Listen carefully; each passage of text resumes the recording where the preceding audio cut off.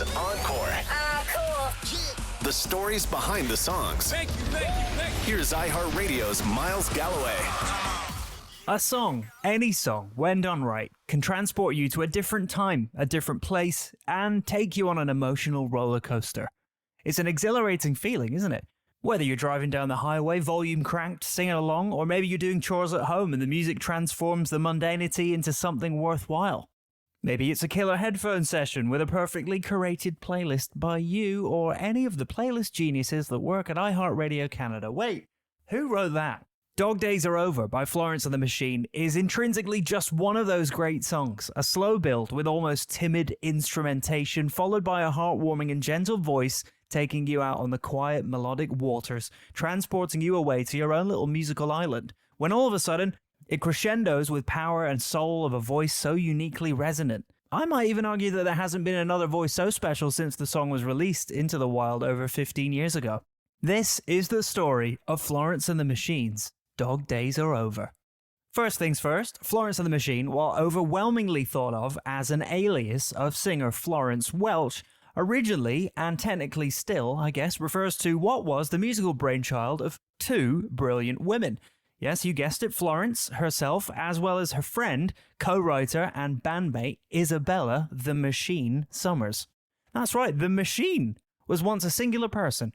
Of course, it can and does now refer to the band as a whole. Florence, Isabella, along with 6 other bandmates with guitar and bassist Robert Ackroyd and harp and percussionist Tom Munger, being the longest-serving members of the band since its inception. Also, as a bit of a housekeeping notice, as of present day, Isabella Summers has not officially left Florence and the Machine, but was not part of 2022's Dance Fever record or its subsequent tour. Confused yet? Let me try to keep filling in the blanks with what Florence would tell the Scottish Herald soon after becoming a mini UK sensation back in 2009. The name Florence and the Machine started off as a private joke that got out of hand. I made music with my friend, who we called Isabella Machine, to which I was Florence Robot. When I was about an hour away from my first gig, I still didn't have a name, so I thought, okay, I'll be Florence Robot is a Machine, before realizing that name was so long it'd drive me mad. After retooling the maddening name to Florence and the Machine, Florence would also explain, I quite like the fact it's not organic and pretty, but quite industrial. That juxtaposition of hard and soft. Although her origin stories are shrouded in a bit of folklore, according to the Sunday Times, her mother Evelyn Welch was an American professor of art history who would take Florence to Florence, Italy, on art trips. According to Florence the singer, it wasn't uncommon to see her mother lecture for an hour on one pair of scented Renaissance gloves, so it comes as no surprise that deep artistic lyricism would come quite naturally to her. Florence's English father Nick was in advertising creative, and not to bury the lead here, but he's reportedly the man who coined the aero catchphrase, "Have you felt the bubbles melt?" After dropping out of art school after only 18 months, Florence tried her hand briefly recording with a band called Ashok. It was there where eventual Florence and the Machine breakthrough single Kiss with a Fist was first a Welch-penned Ashok track called Happy Slap, released in 2007 to very little acclaim. After leaving Ashok and connecting with Summers, Florence brought not only the lyrics to Kiss with a Fist with her to Isabella's tiny London studio space, but a heart full of sadness from a recent breakup. Oh. Together with the mantra enthusiasm over skill, Florence and Isa began crafting more songs that hit that hard and soft sweet spot on what they would refer to The Guardian as a cheap Yamaha keyboard and a half-stolen drum kit. Florence would explain to Ireland's RTE2 FM. I just never wanted to make an album of music that was guitar-based. I can't play the guitar. All I can play is like rubbish piano and rubbish drums, so that's why the whole album is like 3-chord progressions mixed with bang, bang, bang drums, because that's all I can do. Subtlety in music is not my strong point. Florence and Isabella spent the majority of 2008 perfecting a sound that they'd hoped would be soaring, slightly church-like, and then doom-like.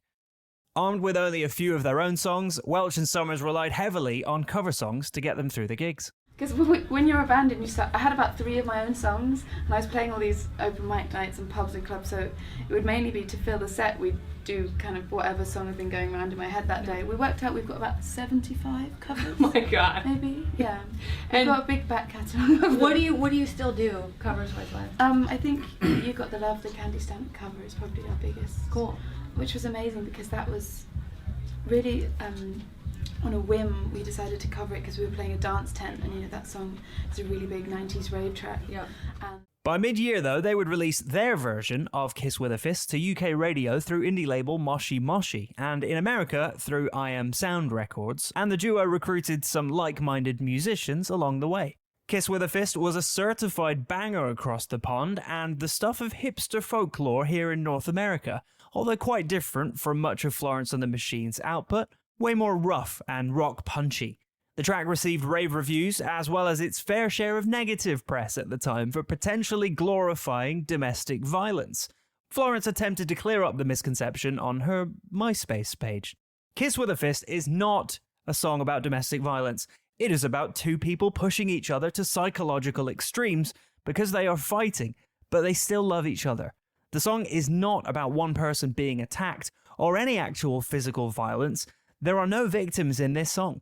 Sometimes the love 2 people have for each other is a destructive force, but they can't have it any other way because it's what holds them together.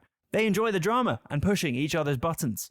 The only way to express these extreme emotions is with extreme imagery, all of which is fantasism, and nothing in the song is based on reality. Leona Lewis's Bleeding Love isn't actually about her bleeding, and this song isn't actually about punching someone in the mouth. While still fulfilling their domestic obligations to Moshi Moshi Records, by November of 2008, Florence and the Machine accepted a recording contract with the world-famous Island Records. With Kiss with a Fist still fresh in fans' minds, Florence and Isabella were just getting started, and they would plot the reveal of their next whirlwind of musical creativity out into the wild. Initially inspired by the work of Swiss artist Ugo Rondinone, the now famous lyrical refrain of Dog Days was installed on the side of London's South Bank Hayward Gallery in the shape of a rainbow. Florence was familiar with the origins of the expression Dog Days Are Over and would take inspiration from the simple art installation as she rode her bike past it every day. In case you were wondering, by the way, Florence would tell Mojo magazine it's a reference to the dog star Sirius. When it was closest to the Earth, all the animals would get languid and sleepy. When it moved away, they'd wake up. Hence, the dog days would be over. Perhaps woken up by a moving dog star themselves, Florence and Isabella would again take to recording the track in Isa's South London studio with very few instruments at their disposal. Florence would tell the BBC, "We didn't have any instruments and we were in a studio the size of a loo. All the drums were done by banging on walls and endless vocal tracks tuned into this big screaming mess." Or as she would say to RTE2, That's where Dog Days was written, and the sound of the drums is like hands banging on our walls. She has no equipment. We did it all in a £100 Yamaha, using all the weird sounds like electronic timpani stuff. But it's just sounds like fun. It's really fun actually. It's nice to do it with a girl. It's a very sort of we just did it together. We come from like a crowd of sort of boy musicians. Like me and Izza, when we were growing up together, surrounded by boy punk bands. So when we went off and did our little own thing, they were all a bit like, oh yeah, whatever. And now to be doing so well is incredible. What a sister power. No, really, we just sat drinking white wine in her tiny studio. With the production guidance of James Ford of indie darling Simian Mobile Disco, he's credited as playing piano and guitar on the record, so assumedly he brought his own equipment with him. Florence would release Dog Days Are Over in the dying days of 2008 to very little fanfare. It would only creep up to number 89 on the British charts, then down to 93, then off the charts altogether. Despite the relative inability to make a statement on the grandest stage, Florence would go on to win a Critics' Choice Award at the 2009 Brits, often awarded to the artist who is believed to make the biggest impact in the coming year. Dog Days would then briefly peek back into the charts in May of that year at number 91. By mid-year, with Island Records now fully behind them, Florence and the Machine were also essentially ready to put the Dog Days behind them as well. While the song would appear as the opening track of their debut album, Lungs, the band would release 4 more singles off the record. Rabbit Heart Drumming Song, a cover of the 1986 club hit You've Got the Love by obscure group The Source, as well as Cosmic Love over the period of June 2009 through July 2010.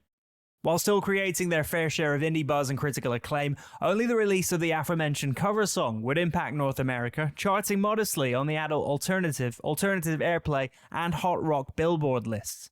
Of Lungs, Pitchfork's Ryan Dumble would say, "It bursts mouth wide over garage rock, epic soul, pint-tipping Britbeat, and, best of all, a mystic brand of pop that's part Annie Lennox, Grace Slick, and Joanna Newsom." Rolling Stone would remark, "The best bits feel like being chased through a moonless night by a sexy moor witch." While British newspaper The Observer would admit there's a real joy about this debut, it's the sound of someone who has found their voice and is keen to use it, as loudly and freely as possible. Unsurprisingly, all of the accolades for Lungs would land it on most British music and culture critics' Best of 2009 lists, with everyone from The Guardian to NME to Q to Uncut ranking the record highly.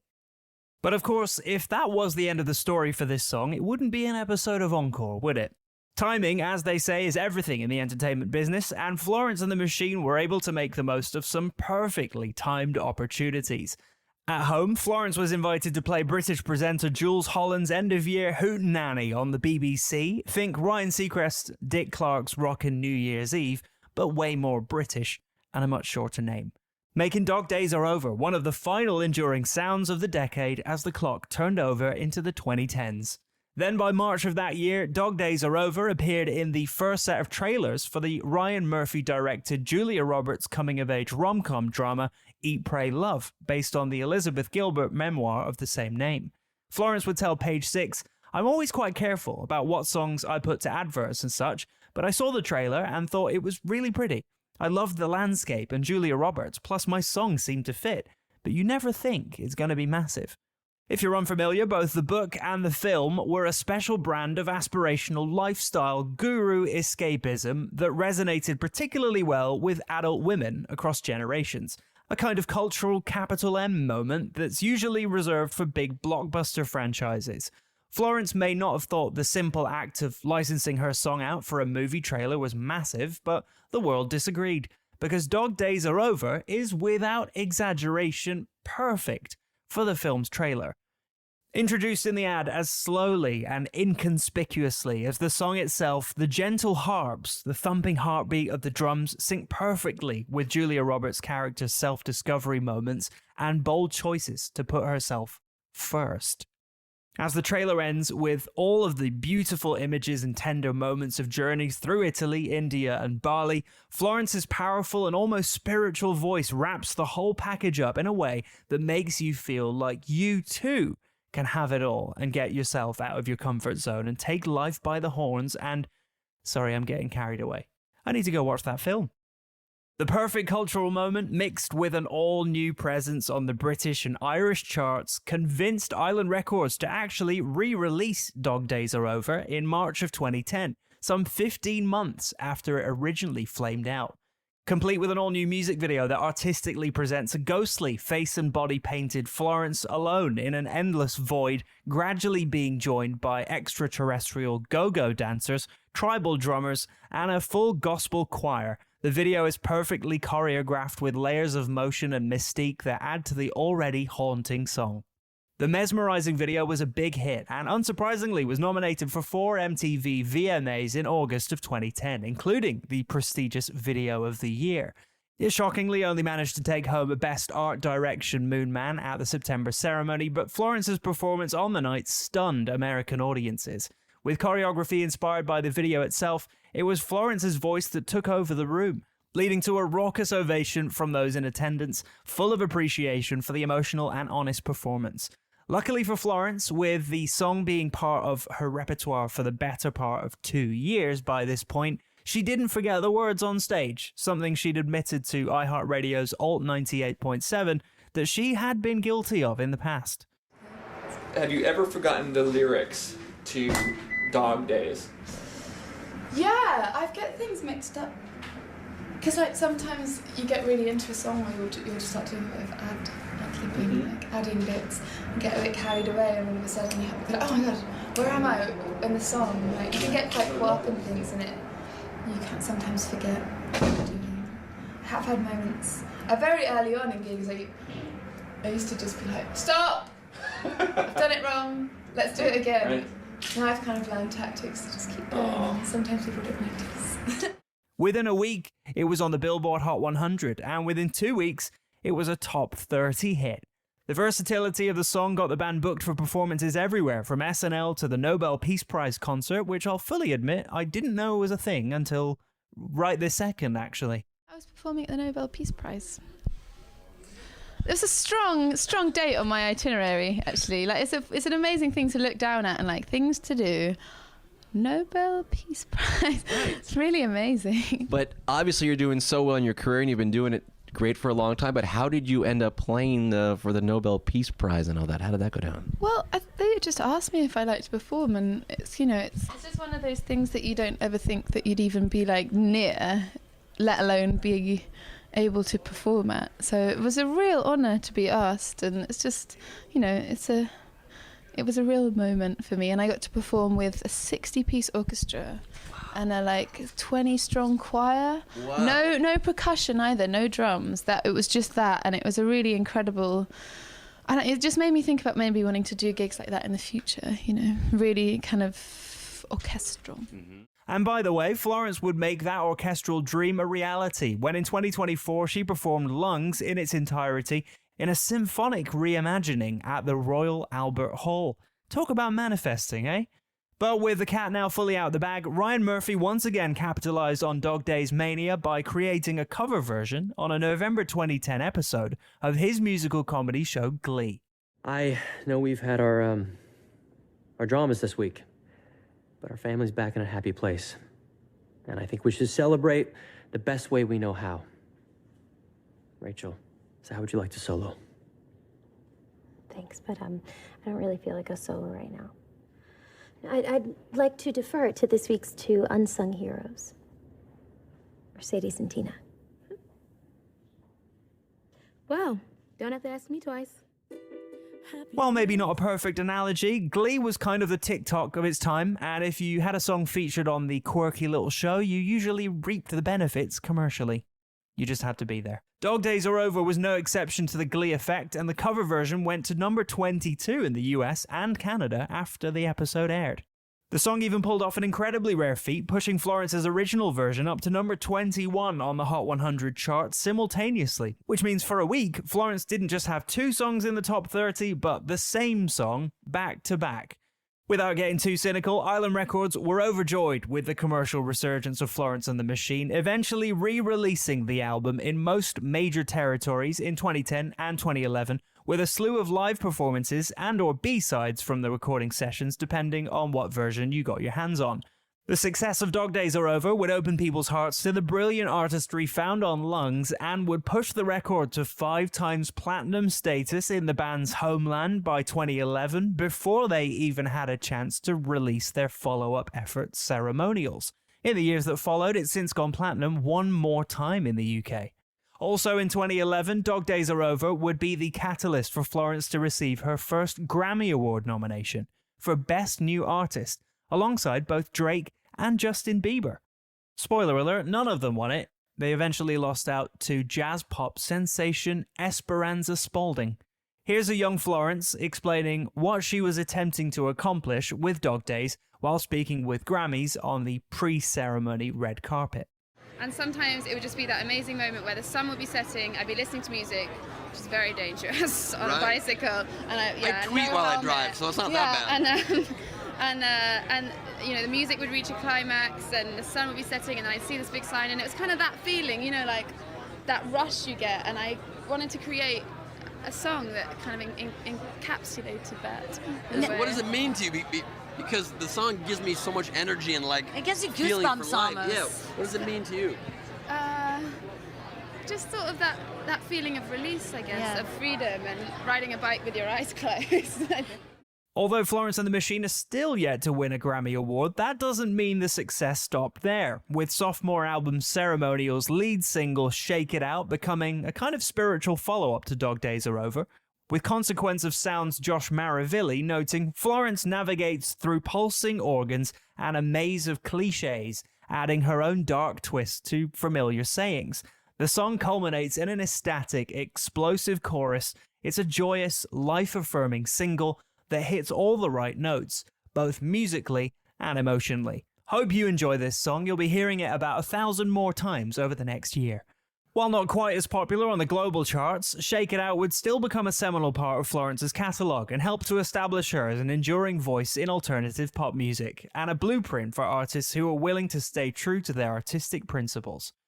To date, Florence the Machine have released 5 studio albums, including 2015's How Big, How Blue, How Beautiful, 2018's High as Hope, and 2022's Dance Fever, a record mainly produced by Taylor Swift's super collaborator Jack Antonoff.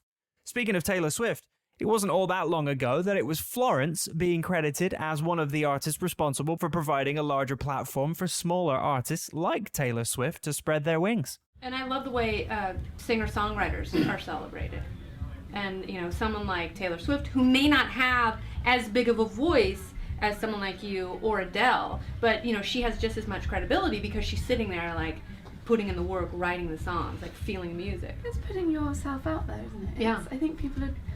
There's something interesting about female performers is having that mix of real power and incredible vulnerability, because these are women who are completely bearing themselves. You know, it's like putting your diary on an album and then giving it out for all the world to judge. It's kind of an insane thing to do if you think about it. But that's what we do. Intuitively, that's what we want to do. And, like, we're conditioned not to. Like, it's a weakness. Note to Swifties, do not shoot the messenger. I know that by 2012, Taylor already had a slew of Grammys under her belt, including an Album of the Year prize. Fans and critics would continue to draw parallels between the ethos of the two powerhouse singer-songwriters, so it seemed inevitable that the two would cross paths musically, especially after it was widely reported that the two had become friends as far back as 2015. In April 2024, the Dog Stars finally aligned when Taylor and Florence released their first collaboration track, Florida, on Swift's latest album, The Tortured Poets Department. Unsurprisingly, the swirling indie rock tinged track pairs the singers' voices together beautifully, with Taylor telling iHeartRadio that the song was inspired by drawing parallels between people who flee to Florida after committing crimes, with those who are dealing with heartbreak. Also, unsurprisingly, like everything else Taylor Swift touches, the song immediately went to number 8 on the Billboard Hot 100, a feat never accomplished before by Florence and the Machine, and only once by Welch as a featured artist. In August at her sold-out Wembley Stadium Eras Tour show, Taylor brought out Florence to join her for the first ever live duet of the track, calling Welch a national treasure. The copyright gods will probably strike me down where I stand if I share that clip here, but find it if you can. You can see by the absolute joy on both singers' faces how much it meant to them to share a stage together. And why wouldn't it? The dog days are over after all. I'm Miles Galloway, and that was the story of Florence and the Machine's Dog Days Are Over on Encore, with new episodes dropping every Thursday. Encore is an iHeartRadio Canada podcast. Subscribe to this podcast on iHeartRadio or wherever you get your podcasts. Download the iHeartRadio app for more great podcasts just like these.